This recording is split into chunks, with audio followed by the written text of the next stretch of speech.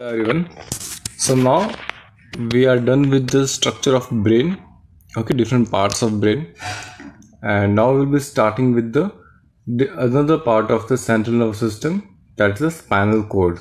Okay, now the spinal cord is present in the spinal canal, or we can say vertebral canal of the vertebral column. So where it is located? It is located at the dorsal part of the body, and it is situated within the vertebral canal, or we can say inside the spinal canal or the vertebral column. Now it extends from the foramen magnum we have seen in the brain. Okay, the foramen magnum we have seen, it extends from the foramen magnum to the second lumbar vertebra. So second number of vertebra, it extends from the foramen magnum to the second number of lumbar vertebra. In the newborn, it would be around it would be extending up to 3 to 4 vertebra. Now the length of the spinal cord will be ranging from 42 to 45 centimeter. The length of the spinal cord ranges from around 42 to 45 centimeter and having a diameter of around 2 centimeter. So that's the outer appearance of the spinal cord. Now structure of spinal cord, it's a structure which is covered by a dura mater and arachnoid and pia mater. So it's basically covered by 3 different layers, that is the dura mater, arachnoid and the pia mater. Okay, and on the dorsal lateral on the dorsal. Okay, so the outer part of the spinal cord is of white matter, while the inner part of is the gray matter. So here basically it's important to note it down. In the case of brain it is different, while in the case of spinal cord over here the outer part is basically white matter, while the inner part is containing the gray matter. Okay, and the dorsal and the ventral, on the dorsal ventral and the dorsolateral and ventrolateral surface of spinal cord, the gray matter has got the butterfly-like structures. Projections are found which will be forming on the dorsolateral and the ventrolateral part of the spinal cord. Okay, and here we can see the dorsal and the ventral, on the dorsolateral and the ventrolateral surfaces of spinal cord, the gray matter projects outside and forms the one pair of dorsal and ventral horn. So here you can see the structure here. Okay, these are the structure of the spinal cord, where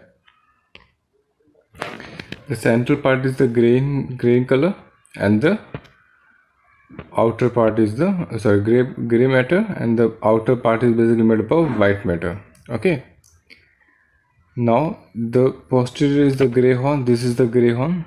Okay, and this is the lateral gray horn. Okay, next this is the ventral root of spinal nerve. This is the ventral root of spinal nerve. Okay, this is the root of spinal nerve again over here, posterior root of spinal nerve. So these are the different types of nerves arising from this spinal cord. Okay, so let us see. So the structure of spinal cords will be consisting of the dorsolateral and ventrolateral surfaces of spinal cord, the gray matter which projects outside and forms the one pair of dorsal and ventral horn. The dorsal and the ventral horn continue in a tube-like bundle of nibofibers structure known as the root of dorsal and ventral horn. So you can see the root of dorsal and ventral horn basically will be getting into the tube-like structure. Okay, in root of dorsal and ventral horn, the ganglia are present called as dorsal and ventral root ganglia. Okay, so here we can see the dorsal ganglia and the ventral ganglia. Dorsal ganglia and the ventral ganglia will be present. Both roots are combined with each other at the top of the intervertebral foramen. So this dorsal and the ventral root will be combining at the top, and at the present, which is called as intervertebral foramen. Okay. Now the sensory neurons are found in the dorsal root ganglia, which is pseudo-unipolar in nature. We have seen what the pseudopolars are. So the type of neurons which are basically it will be seeming to be unipolar, but it would be actually bipolar. Okay. So near to the intervertebral foramen. Motor neurons are found in the ventral roots. So sensory neurons are found in the dorsal root, while the motor neurons are found in the ventral root. There is something which has to be remembered. And the cytone is found in the ventral horn, while its dendrons are embedded into gray matter of spinal cord, where they make synapses with the axon of sensory neurons. Okay. Both sensory and motor neurons fiber combinedly come out from the intervertebral foramen and form spinal nerves. So these are the different structures where basically it will be arising to form the spinal nerves from the spinal cord. Okay, so here we can see this is a posterior dorsal root ganglia. This is a posterior dorsal root ganglia. Okay, and this is the posterior root of spinal nerve. Okay, this is lateral white column, and anterior ventral, or we can say ventral root of spinal nerve. This is the ventral root of spinal nerve. This is the posterior root of, this is the posterior root of spinal nerve. This is the anterior root of spinal nerve. This is the central canal through which the fluid will be present. The anterior gray horn. This is the anterior gray horn, and this is the posterior. This is the posterior gray horn. This is the anterior gray horn. This is the anterior gray horn. This is the posterior gray horn. You can see over here.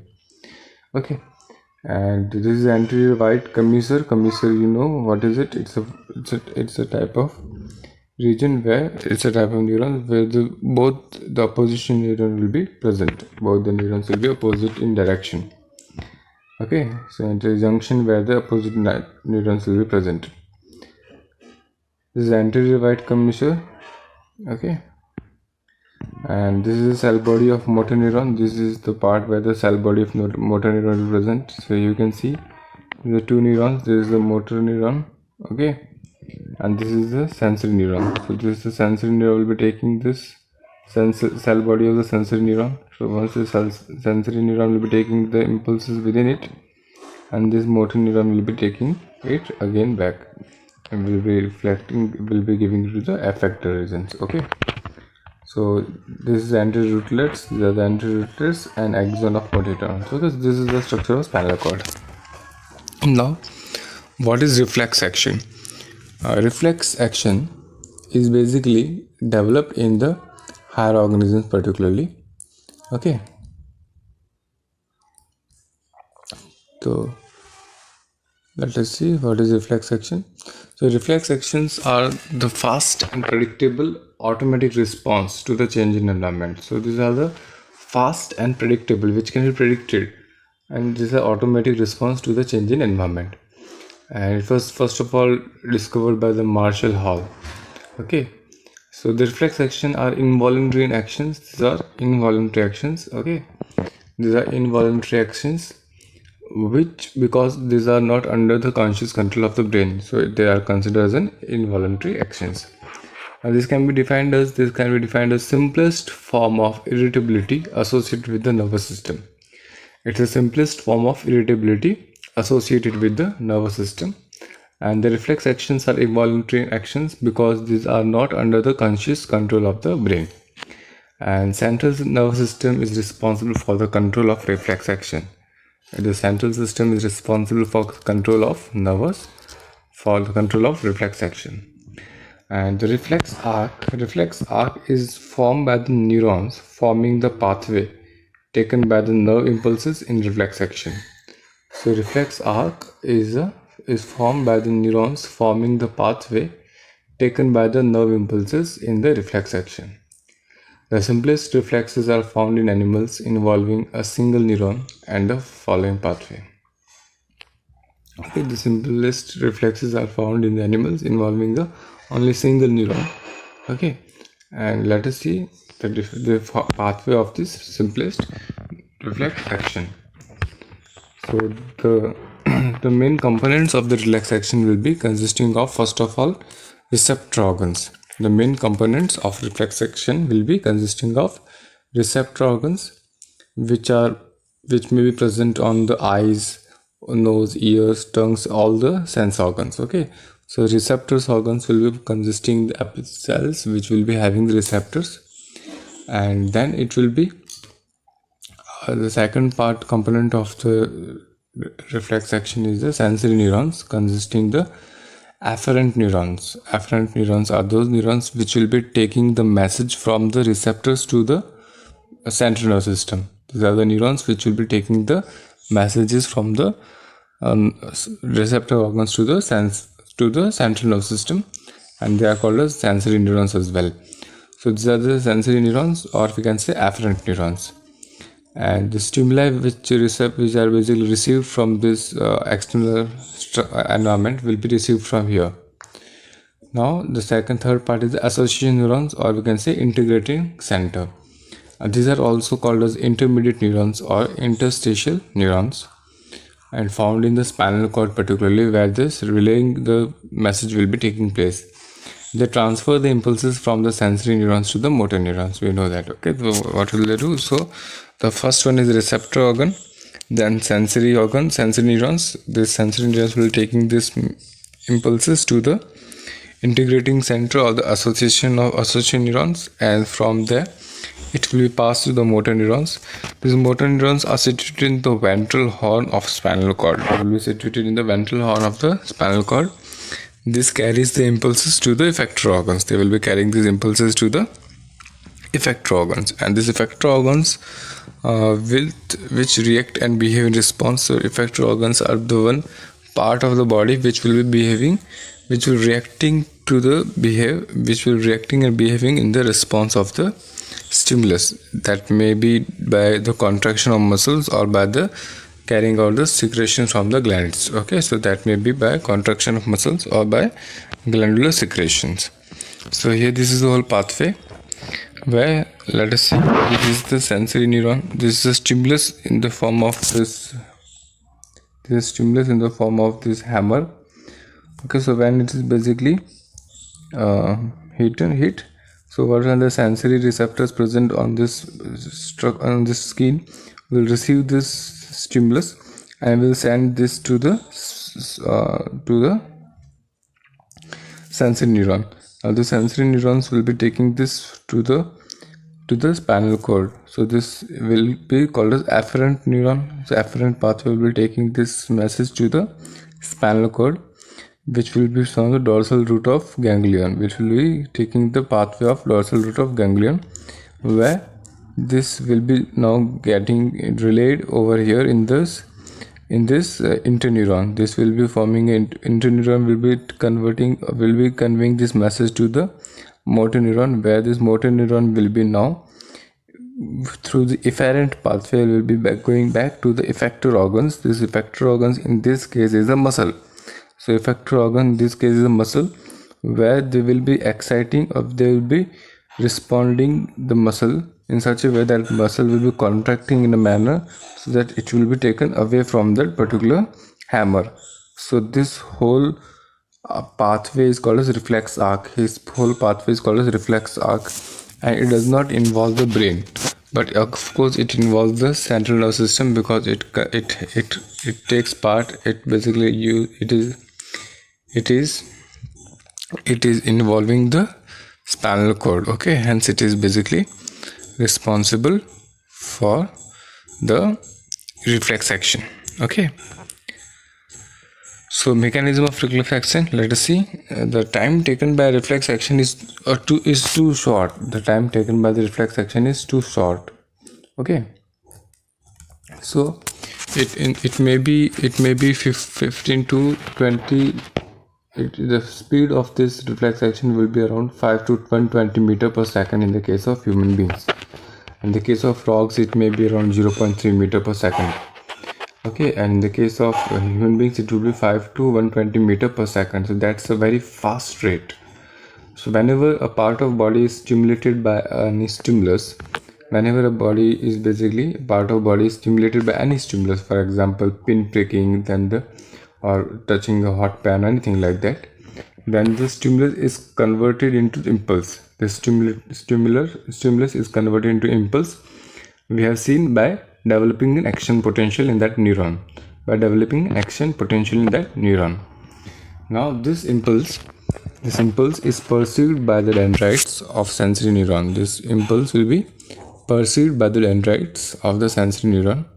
From here, the stimulus reaches to the spinal cord through axonic fibers. So here, this will be reaching into, here we can see this will be reaching to the spinal cord through this axonic fibers. Okay, and now in the spinal cord, the stimulus passes through the synaptic junctions and reaches the intermediate neurons. And this in the spinal cord, the stimulus passes through the synaptic junctions and reaches to the intermediate neurons, from where this stimulus reaches the effector organs through the motor nerve fiber. So it will reaching to this motor fiber.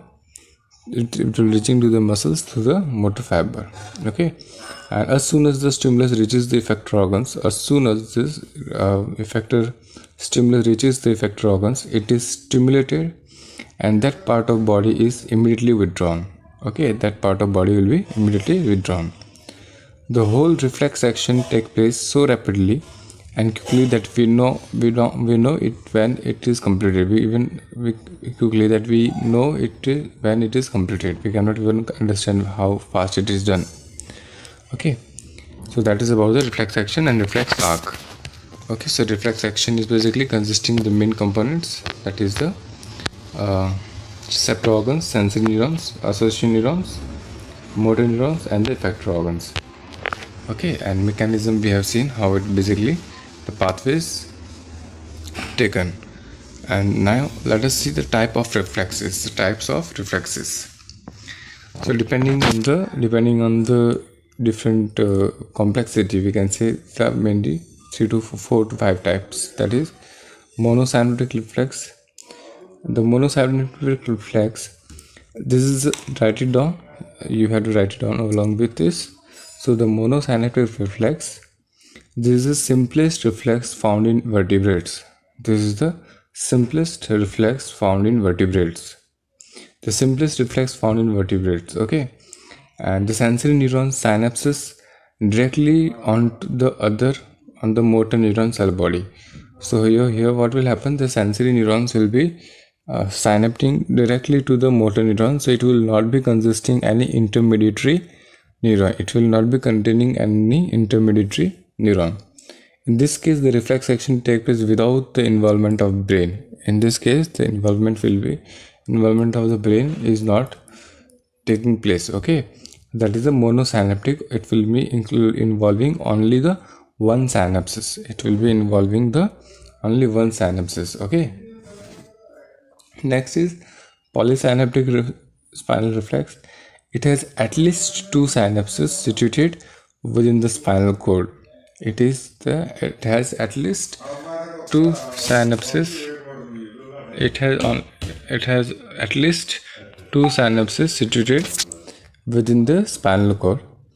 It involves third type of neuron also, that is, it will be involving interinitial or intermediate relay neuron as well, apart from the sensory neuron and motor neuron. So it will be including sensory neuron, motor neuron, and intermediate neuron as well. Okay, so the synapses take place between the sensory neurons and intermediate neuron. The first synapses will be between the sensory neuron and the intermediate neuron, and other synapses will be between the intermediate neuron and the motor neuron. So polysynaptic, so here we can see at least 2 synapses are there. The first synapses will be between the sensory neuron and the relay neuron, that is intermediate neuron, and the second synapses will be between the intermediate neuron and the motor neuron, And this 2 reflex arc allows the body to make automatic involuntary homeostatic adjustments according to the changes in the external environment. such as the iris pupil reflex and the balance during locomotion, and also in the internal environment such as breathing rate and the blood pressure. Okay. Next is the polysynaptic spinal or brain reflexes. Polysynaptic spinal or brain reflex. In this case, the sensory neuron synapses in the spinal cord with a secondary sensory neuron which passes to the brain. So here we have seen the two sensory neurons will be present. The first sensory neurons will be having the synapses which is within the spinal cord, and the secondary sensory neurons will be passing into the brain. The later sensory neurons, that is secondary sensory neurons, are part of ascending nerve fiber, are the part of ascending nerve fiber tract and have their origin in pre-intermediate neuron synapses. Okay, so it will be including the brain as well. Next is the simple reflex. This is the one which is most important. That is a simple reflex. A simple reflex is also known as unconditioned reflex. It is inborn, unlearned. You don't need to learn it from anywhere. It is inborn. It is right from beginning, from the birth. Okay, so it is inborn, unlearned, and reflex to a stimulus. It is inborn, unlearned reflex to the stimulus. Simple reflex is mostly protective in function. Most of the time it is protective in function. Examples are knee jerk, like whenever basically you will be tapped on the tendon of patella. Patella is that covering of this knee, so you will be basically removing over there. Okay, that's a patellar reflex. The knee jerk, that is corneal reflex, blinking of eyes, okay, closing of the eyelids. Okay, then rapid withdrawal of hands while burned or pricked, so this is also a type of simple reflex. Then quick recovery of balance while falling, when we are falling, which will be just recovering our balance. Okay, scratch reflex of frog, if pitched, frog will with acetic acid. Okay, and coughing, sneezing and yawning. When you're coughing, you will basically your eyes will get closed. Sneezing and yawning will also be a type of reflex, simple reflex. Okay, next is acquired reflex. Sometimes a person can even acquire it. So acquired reflex, also known as conditioned reflex. It is also called as conditioned reflex, which is basically learned one under the specific conditions. So it is not inborn, but acquired and dependent on the past experience. So the acquired reflex is not inborn, but it is acquired in dependent on the past experience, maybe due to training and the learning. So you would have seen the different organisms like dogs and pets are trained. They are trained to carry out this acquired reflex. Okay, so example of conditioned reflex are learning of dancing, cycling, swimming, singing. So when you are driving, you will not think to brake or not brake. So sometimes when you learn it properly, then you will be able to drive it properly without much of conscious efforts. That is the acquired reflex. Okay.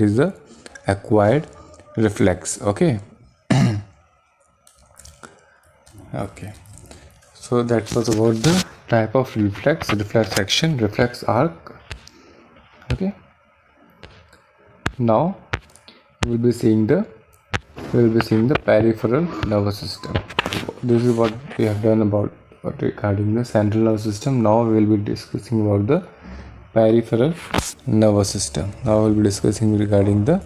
peripheral nervous system. Okay, so peripheral nervous system, it's formed by the nerves extending between central nervous system and body tissues. So it is formed by the nerves extending between the central nervous system and the body tissues. Okay, now each nerve is formed by bundles of nerve fibers. We know that each nerve is formed by the bundle of nerve fibers, fascicula and which are held together by connective tissue and surrounded by a white fibrous connective tissue, which is called as epinerium, right?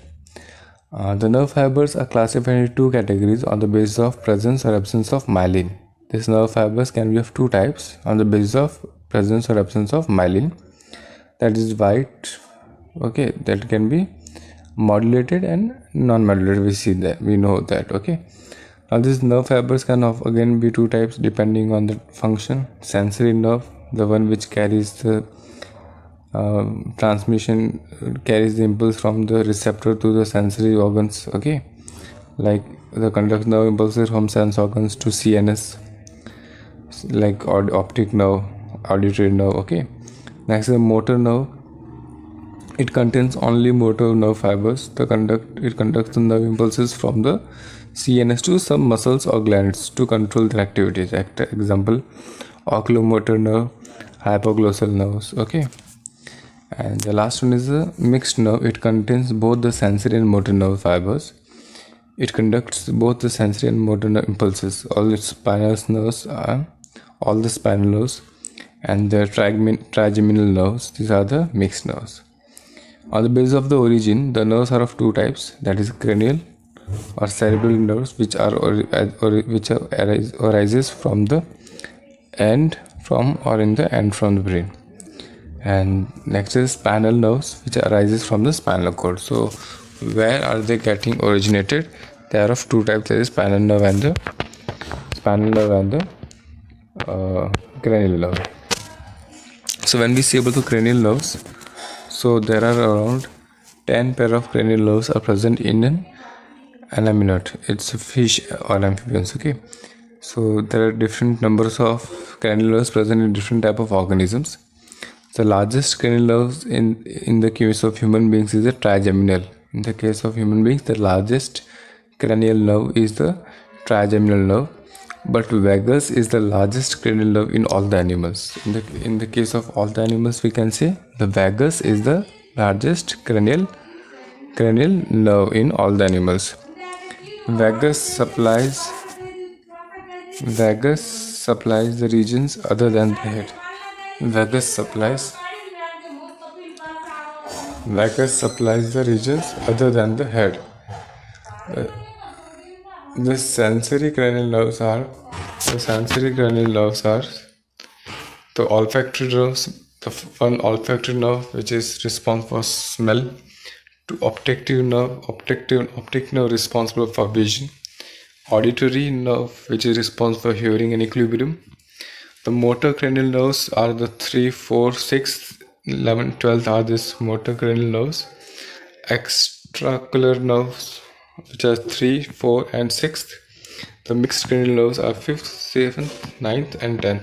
There are 4 pairs, okay. These are different nerves which are rising from the brain. We can say the cranial system. Next is the autonomic nerve system. Autonomic nervous system, it is regulated automatically. It automatically regulates the activities of smooth muscles, cardiac muscles and other glands as well. So this is the coordination. This coordination is involuntary. It is basically totally not under the control of the consciousness, okay. So autonomic nervous system is entirely motor in nature. So all the autonomic axons are afferent fibers. So you have to make it sure all the autonomic axons will be afferent fibers that will be taking the impulses away from the nervous system, and they are regulated by the centers in the brain like cerebral cortex, hypothalamus and medulla oblongata. These are different centers which are present in the brain responsible for regulating the autonomic nervous system. The autonomic fibers releases chemical transmitters at synapses. This autonomic fibers releases the chemical transmitters at synapses. And on the basis of transmitter produced, these fibers may be classified as cholinergic or adrenergic. So if it's basically producing the acetylcholine, then these are cholinergic fibers, and if it is producing the adrenaline, then it is called as adrenergic fibers, okay. So this is about the autonomic nervous system. Next is the nature of autonomic control. So the autonomic nervous system regulates and coordinates such vital involuntary activities like heartbeat, breathing, maintenance of composition of body fluids, etc. And it is mainly divided into two parts. It is mainly having two divisions, that is sympathetic autonomic nervous system and the parasympathetic autonomic nervous system. Sympathetic nervous system includes the thoracolumbar outflow. Okay, thoracolumbar outflow, basically all the thoracic nerves and the three lumbar nerves. So these are the nerves which are associated with the sympathetic autonomic nervous system. Okay, so it will be consisting preganglionic nerve small, preganglionic nerve long, preganglionic nerve secrete acetylcholines. Okay, this will be secreting the acetylcholines particularly, and postganglionic nerves. So it will be consisting it will be having the preganglionic nerve, which will be small. Okay, and the postganglionic nerve, which is again the longer one will be the postganglionic nerve. Okay. Now preganglionic nerve secrete acetylcholine and postganglionic nerve will secrete the sympathetics, or we can say norepinephrine. Okay, so both the nerves which are preganglionic and the postganglionic will be secreting different type of neurotransmitters. It shows sympathy generally increases the function. So it shows sympathy or increases the function, and response for it expenditure of energy take place because it will be increasing the function. Okay, so the expenditure of energy takes place in the form of ATP. It increases the defense system of body against the adverse conditions. So whenever the body is facing some adverse condition, okay, so the conditions which are basically not favorable. So under that conditions, it will be increasing the defense system of body. It is active in stress condition, pain, fear, and anger. Such type of conditions will be responsible for activating this autonomic sympathetic nervous system. Parasympathetic nervous system is just opposite. It will be functioning opposite to the sympathetic nervous system. It will be acting just opposite to the sympathetic nervous system. So it will be cranial sacral outflow. There's a three cranial nerves are 3, 7, 9, and 10 nerves are the cranial nerves, and sacral nerves will be sacral 2, 3, 4 nerves. These are the ones which are taking part in the parasympathetic autonomic nervous system. That will be including cranial nerves as well as the sacral nerves, and hence we can say ANS, cranio, autonomic nervous system, cranial, and cranial sacral outflow. Over here the preganglionic nerves are long. So in the case of the sympathetic, the preganglionic nerve was short, while here the preganglionic nerves are long, while the postganglionic nerves are small, and they will be secreting the acetylcholine only. Okay, so it provides relaxation, comfort, pleasure at the time of rest, and restoration of the conservation of the energy take place. So whenever the organism is increasing the activity under the sympathetic nervous system, it will be acted by the parasympathetic nervous system, so that the body can be restored, the restoration of energy can be done, and the body would be again getting relaxed from the active condition. Now collateral ganglia are present in sympathetic nervous system. Apart from this pre and post ganglionic nerves, okay, so there are collateral ganglia also present in the sympathetic nervous system. There are different examples where this sympathetic and parasympathetic nervous system will be acting. Okay, so like the blood pressure, the function, and the secretion, the acetylcholine and the sympathetin. In the case of parasympathetic, only the acetylcholine is secreted. The blood pressure under the effect of sympathetic nervous system, it will increase, but under the effect of parasympathetic nervous system, it will decrease. Okay, so the blood pressure will increase under the sympathetic nervous system and will be decreased under the parasympathetic nervous system. Blood vessel to the skin constriction will take place under the sympathetic and okay, so the blood vessels which are to lungs and muscles will be dilated during sympathetic nervous system, okay, and will get constricted during the parasympathetic nervous system. pupil of eye gets dilated during sympathetic, because we have seen sympathetic nervous system will be acting in a manner that the body it will prepare the body for facing the danger. So it will require maximum light to get inside this inside pupil, so it will dilate so that maximum light can get inside, so the maximum vision can be possible. Okay, while it will get constricted during the parasympathetic. Okay, lacrimal gland will stimulate during this sympathetic nervous system, and hence you will see the eye tears in the eyes during these conditions, and it is getting inverted in the parasympathetic nervous system. Heartbeat will increases, so when you basically get fear, when you basically see a dog running after you, so your heartbeat increases. When the teacher asks you a question which you don't know, and when you get caught cheating in your classroom, then your heartbeat increases, right? Why? Because it is under the sympathetic nervous system. Okay, and just opposite of this will be happening in the parasympathetic nervous system. Adrenal secrete, because adrenal gland is also called as fight, flight or fright hormone, the adrenaline. So when you are in the danger situation, it will be secreting the adrenaline, which will be responsible for the fighting purpose. Okay, so that will be secreted in the sympathetic, where it is inhibited during the parasympathetic.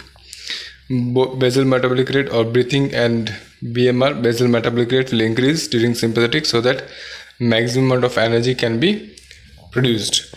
Okay, and the breathing will be responsible for providing the maximum oxygen to the different cells, so that the oxygen, that respiration can be done and the ATP can be produced, so that it can be used. Okay, during the such situation, dangerous situation. Opposite during the parasympathetic nervous system. Nostrils will dilate so that more amount of gases can be taken inside. Opposite, constricted in the parasympathetic nervous system. Iris gets contracted so that pupils get dilated. Parasympathetic, it will be dilated. Salivary glands, the saliva secretion will decreases. Okay, and it will increase in parasympathetic nervous system. Digestive gland increase. All the glands which are related to digestion will be decreased. So digestion is basically, the process of digestion is basically inhibited during the sympathetic nervous system, because the main focus of the body will be for the escapism, right? So there the body will try to fight. The blood flow will be towards the muscles particularly. Okay, so digestive system, all the glands of the digestive system will be decreased, and ejaculation will increase. Parasympathetic will decrease. Bile juice will decrease again. It's a part of digestive system. It will increase in the parasympathetic nervous system. Renin will increase so that the more blood pressure can be built up. Decrease in the parasympathetic nervous system. Bronchi dilate so that more amount of oxygen can be taken inside, and constricted during the parasympathetic nervous system. So that's all about the different methods by which the parasympathetic and the sympathetic nervous system will be acting on each other. Okay, so that's all. Thank you. Have a nice day.